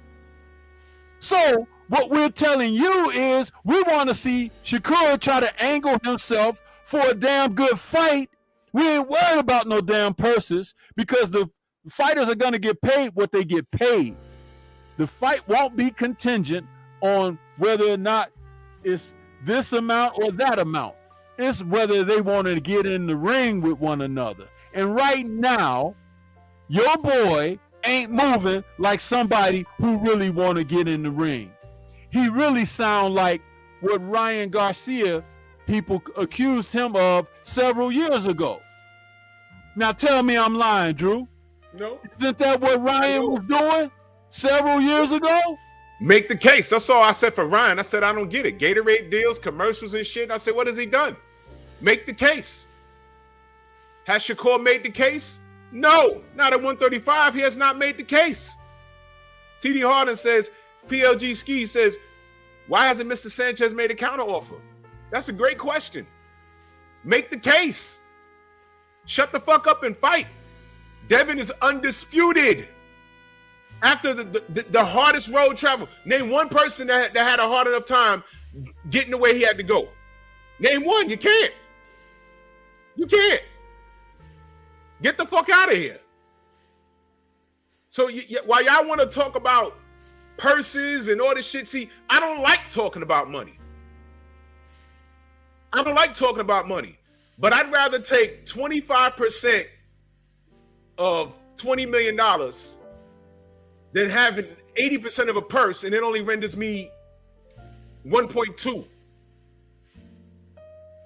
Now, L-Dub, you say Usyk. I'm not talking about that. I'm talking about the shit outside the ring. Nobody tried to freeze Usyk out.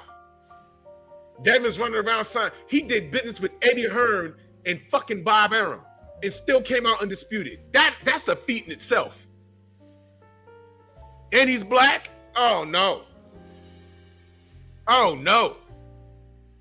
Usyk didn't have all those obstacles. Usyk wasn't fighting sanctioning bodies and racism and all kinds of weird shit. What did he say?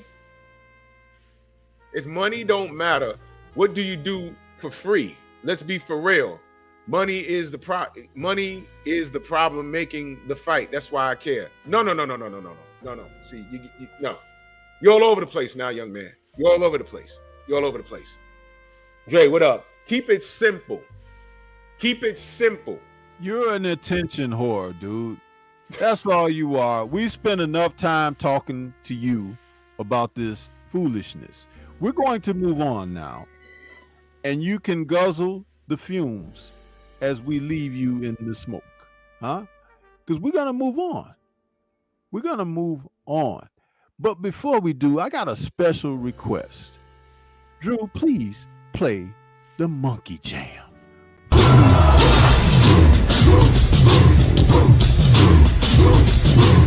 Yeah, come on!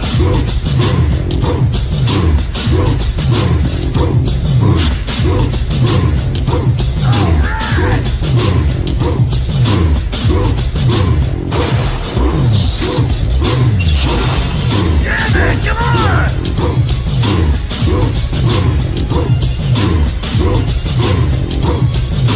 Yeah, man, come on!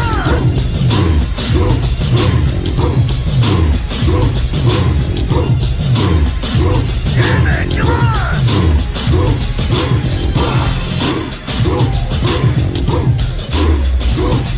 Yeah, man, come on!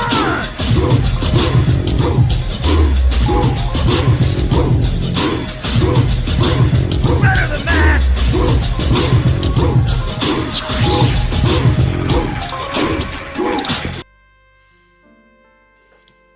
Yep. You see, I got a remix coming.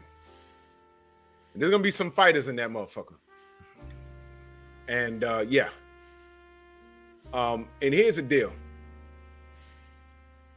I ain't had no problem with Shakur until he started acting like a little faggot. Because that's what he's acting like. He's acting like a little faggot. Did I say the man can't fight? No. The kid can't fight? No. I can start talking about a whole lot of other shit that might not have anything to do with boxing. But he's being a bitch right now. Shakur's being a real bitch. What he need to do is shut the fuck up and just fight. There was an offer on the table. He said no. Didn't send a counter offer. I'm done with him. If he said 25 is a bit low, well, what do you want? We never found out. All we heard was 25 ain't no money. You know? So, what do you say? I will never be agree with everything, nigga. That yeah. All right, who's angry? D, what up? Who's angry? You know who's angry? Shakur.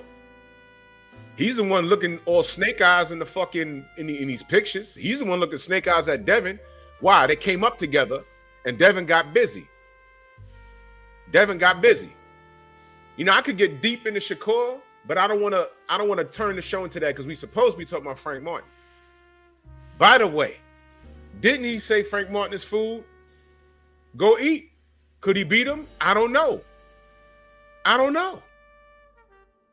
He could probably beat him. I don't know. Show us how it's done.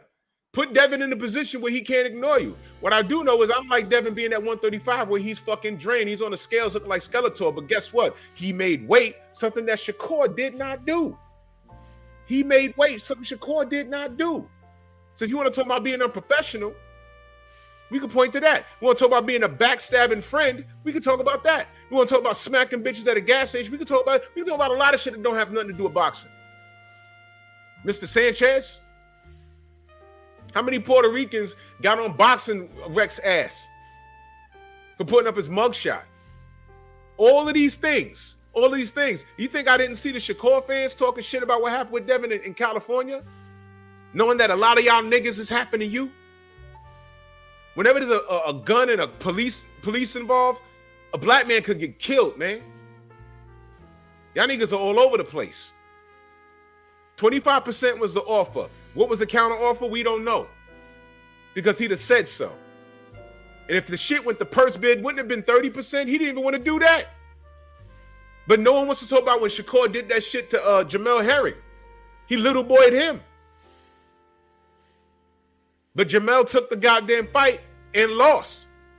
Why not take the 25% for Shakur? From Devin, beat Devin's ass and little boy him and take his hardware. I mean, I don't what planet am I on here? What planet am I on? X's and O's, man. Let's go, man. Get out of here with the Shakur shit. He played himself. So 25% is going to be more than what he makes in the next fight. I promise you that. I promise you that. Main Event Mark in that super chat, much love. He said, wait, what did bro with red shorts and the Soto Cup do? Oh my God.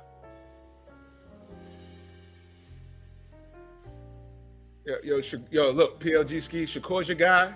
That's your guy. All right, but his next fight, pay attention to what he makes. And then look at what Devin makes and what he generates and what he makes. Right?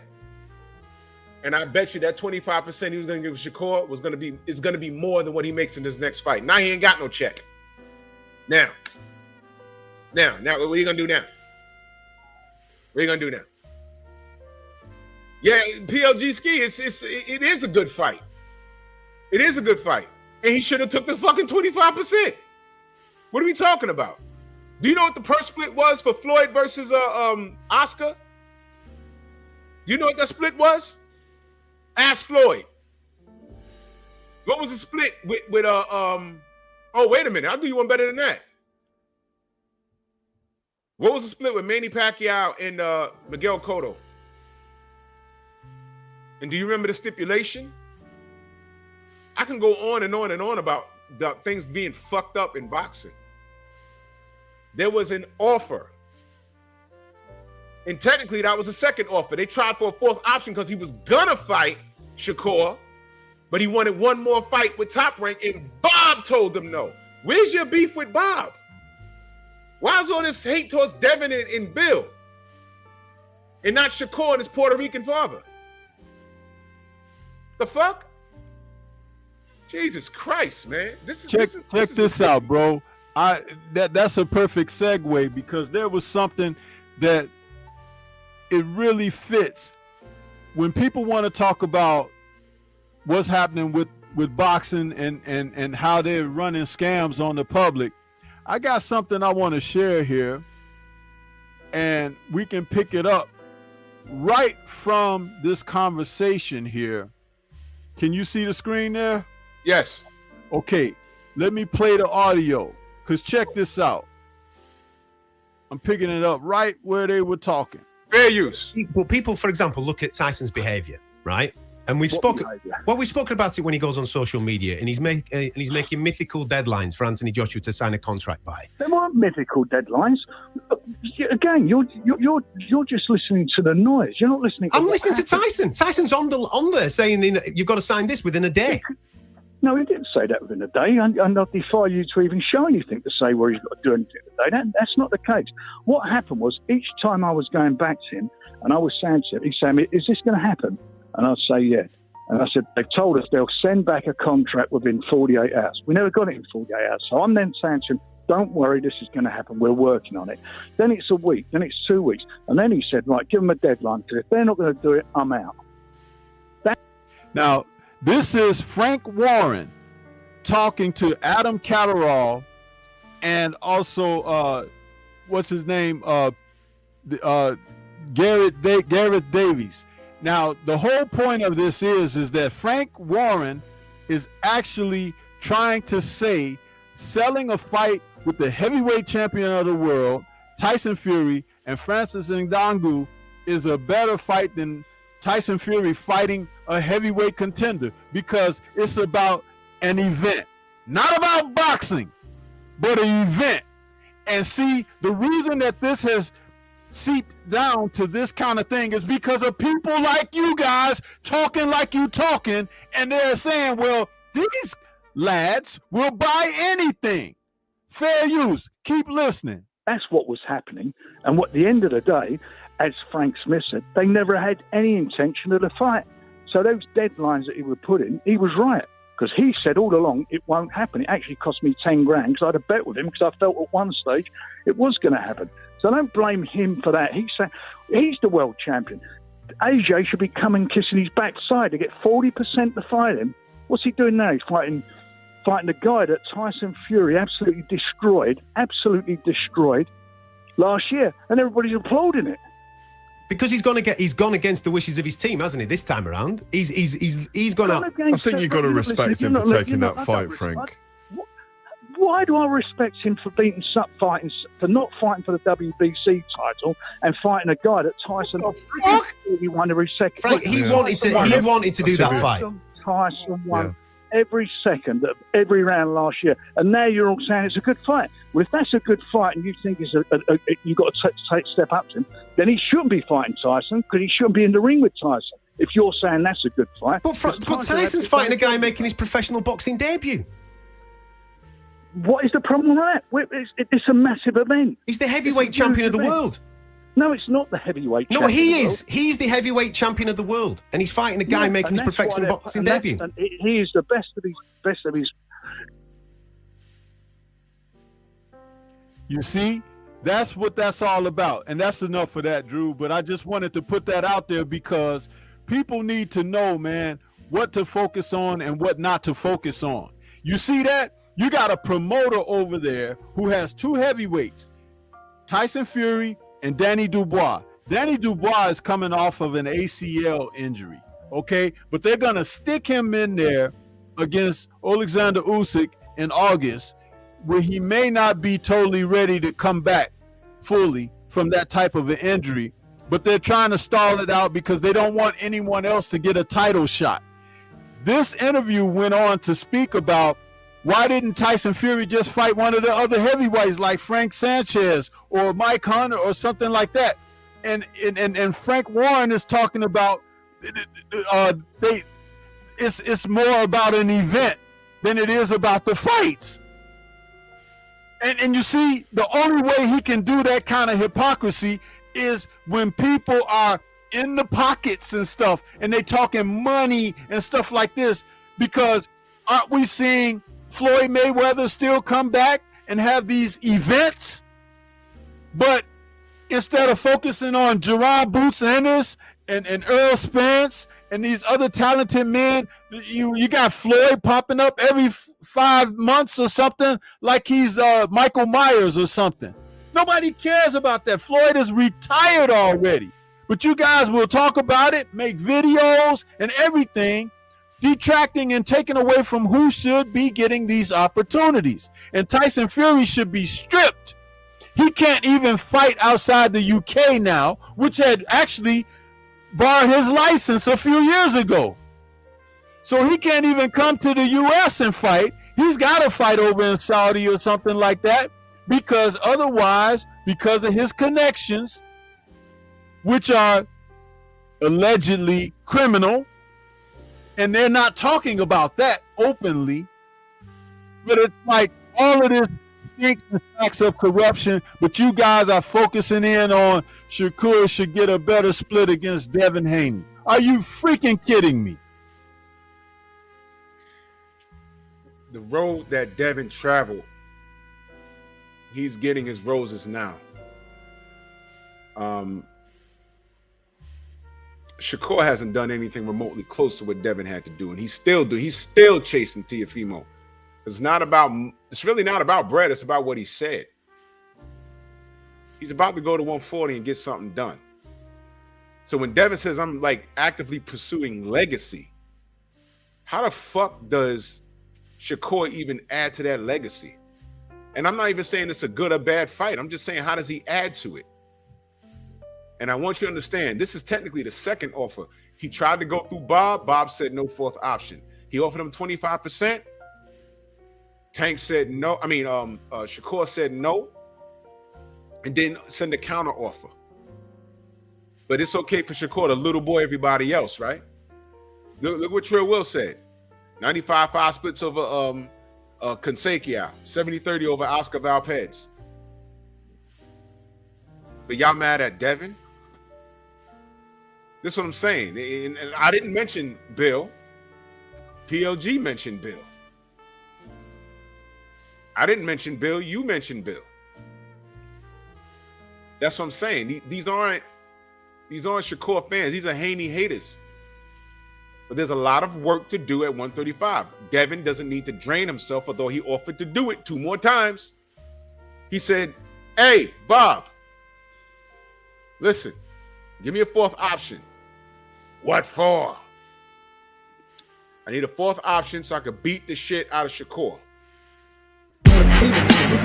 Shut the fuck up. Shut the fuck up. No fourth option. After he destroyed Loma, 70-30. I'm sorry, 70-25, 75-25. No, that's not good. It's not good. So what do you want? I don't know. There was no counter offer. You see, he's walking into a room that's already been made already. So with each passing moment, I'm losing respect for this kid. And then that extra shit with the bottle service. You said Bill's a liar.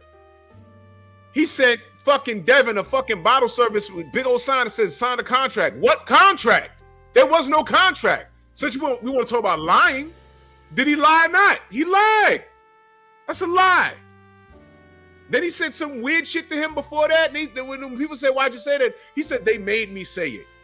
So now these motherfuckers can compromise your integrity? Who are you really, Shakur? Who are you really, Mr. Sanchez? Mr. Santiago? Jonathan Simon in that super chat, much love. He said, Drew and Stormy, we know Shakur wouldn't hesitate to take that deal from Tank. Book it. True. My God. This is all true. When I say see value, and I challenge anybody, whoever Shakur fights next, it'll be less money than what 25% would have been if he fought Devin Haney. I bet you. Put in the chat how much you think, because I'm not a numbers guy, y'all. How much you think the overall purses would be? How much you think the fight with L-Dub? Let me ask you. You're a numbers guy. How much you think the money would be for Devin versus Shakur? Give me a number. And then let's split it 75-25. Give me a number, L-Dub. Now watch this shit. Look, everybody, look what Coach Dat said. He said Jay Prince is a bad manager and Shakur actions is the proof. Hey, everyone's been attacking Jay Prince. And I'm just watching this unfold. $5 million. That's how much it'll be worth? $5 million. So what's 75% of $5 million? Take out your calculators.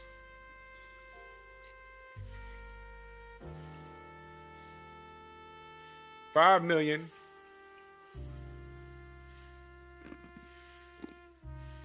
Take away 75.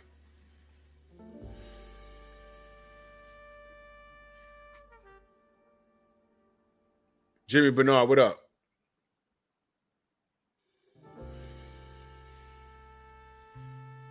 $3.75. I actually think that overall event will do more than that, but we'll play with that. So this will be the split. That'll be Devin. This will be Shakur. Let me ask y'all a question. What was Shakur's highest payday? Didn't we do this already? What was Shakur's highest payday? I mean, I hate numbers. 25% of $5 million is 1.25. What was Shakur's highest payday, y'all? Y'all can Google it. And Jay Prince gonna take the bulk of that. You can believe that. Yeah, and guess what? Shakur even said that. I gotta pay Jay Prince. I gotta pay Bob. I gotta pay. He said that. He said that. When he came in overweight, that was his highest payday. Oh my God, he got paid for coming in overweight. This is what this is the kid we talking about. Come on, man. Come on, man. His highest payday was $3 million. That's going to be more than what he'll make if he'd have took 25% facing Devin. Fuck out of here, man. This was a no-brainer. It wasn't a robbery. Floyd took short money. I'll say it again. Floyd took short money. A lot of your favorite fighter at one point had to take short money to get what he had to get done. Devin took short money. Twice. George Cambozo ain't got to lift a finger for the rest of his life. The man got $20 million. Dev took crazy short money. Fought out of the country twice. Disrespected and all that. Shakur just got here. And he wants the red carpet. Nigga, here's what you do. Go fight Isaac Cruz. Go chase Frank Martin. Go fight Keyshawn Davis. Go do all of that shit. Put Devin in the position where he can't ignore you at 140. Man, get the fuck out of here with Shakur. Hey, Drew, don't it seem like Shakur is actually the guy that Cambosos was accusing Dev of being during that first promotion? That's exactly who he is. A fake-ass little thug. This guy's a rat. He's a rat. He's talking about Shakur the whole time. And I know you got it fucked up, George, because we all look alike, right? Oh, I'm sorry. Shakur Puerto Rican. This guy's a rat. He's a rat. He's an informant. He's an informant. This guy's an informant. He's a rat. He's talking about Shakur. Wrong nigga.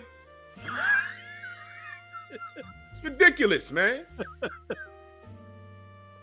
Fuck out of here, man. These motherfuckers got me in here looking like the crazy-eyed killer. Thomas, you remember that? Black Vision, what up? The crazy-eyed killer. Fuck out of here, man. This guy, Shakur, man, you lost all privileges, man. You got to step up and do something. You got all the ability in the world. Do it.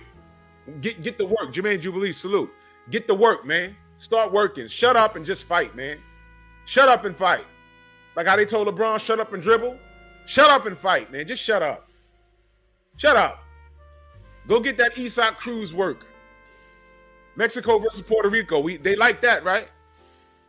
He said he's Puerto Rican. What? And that look he gave Devin in the ring, that is immortalized. That's how I see him. Player hating from the sidelines. That song that Biggie did, Warning, that heard about the Rolexes and the Lexus with the Texas Slices plate out of state. That's Shakur. Looking crazy. They heard you blowing up like nitro and they want to stick the knife through your windpipe slow. That's Shakur. Hating ass. You don't deserve it. You don't deserve it, nigga. Get to work. Devin did the work. The path traveled. Devin did the work. Shakur just picking up scraps. Do the work. Frank Martin had a hard fight last night. He passed. Do the work. I'm not saying you're incapable. I don't know yet. Do the work, though. That bottle service, you know that frustrated the hell out of me, right? When I got a text Bill, I saw that shit. I was like, wait a minute, there's a contract? Bill, is there a contract? He texted me back, question marks. No contract. Contract? Ain't no fucking contract. So Bill's a liar or is Shakur a liar? Press 1 in the chat if Shakur didn't lie about there's a contract. Go ahead and salute the champ side. Press 1 in the chat if Shakur lied about there being a contract for Devin to sign. Want to talk about liars? Okay.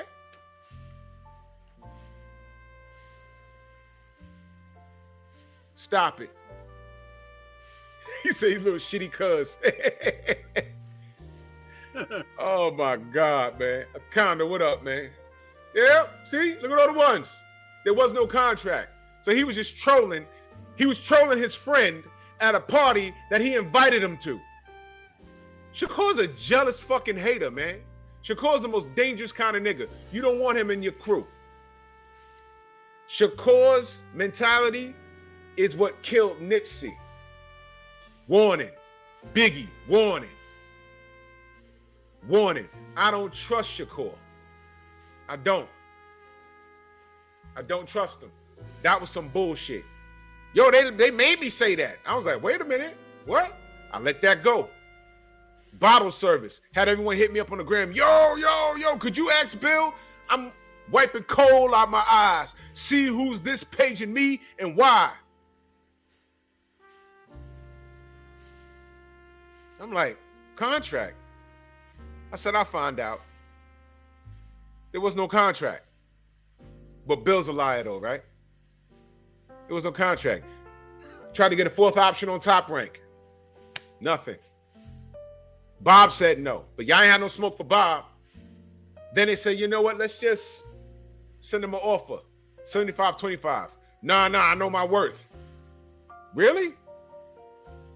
In the 4-belt era? And Devin done did all the work. He done chased out Tio. He beat Loma. He beat Cambozo twice. He did all the work. And you're not worth 25%? Which will be more than what you're going to make in your next fucking fight? If it's not more, it's around the same lines. That's what you deserve, nigga. What you're asking for is a handout. And by the way, he might have looked out for you if you acted right.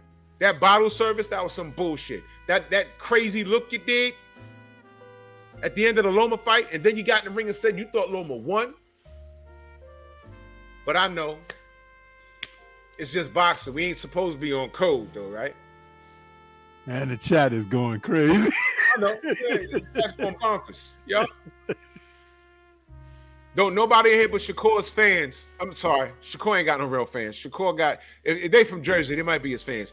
Ain't nobody but Devin Haney haters can see what Shakur is talking about.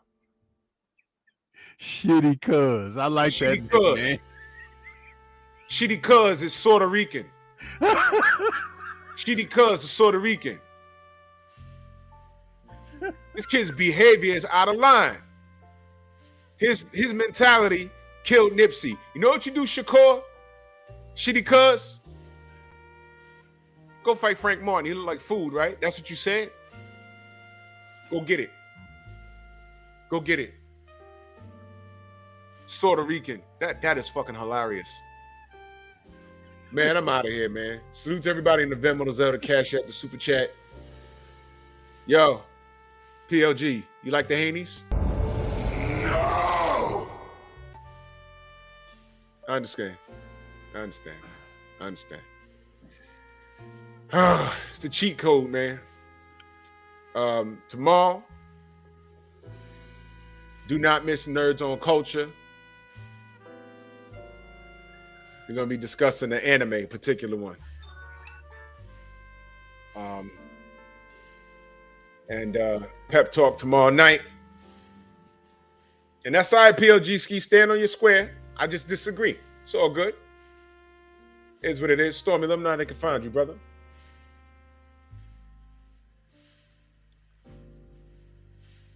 Man, everybody can find me right here on YouTube, man. Stormy B Man is the channel. That's where it's going down. We got premieres every Monday through Friday, 8 a.m. between 8 a.m. and 8:30 a.m. And we got some nice stuff coming tomorrow morning. Stormy B Man is the channel. All caps, but no cap. Love it, man. And I'll catch y'all in the AM, and we'll see you again in the evening, man. Salute to everybody in the Venmo, the Cash App, the Super Chat, man. Much love and appreciation. And it is what it is, man. Bronx on deck. Move! Why are you gay? Who says I'm gay? You are gay.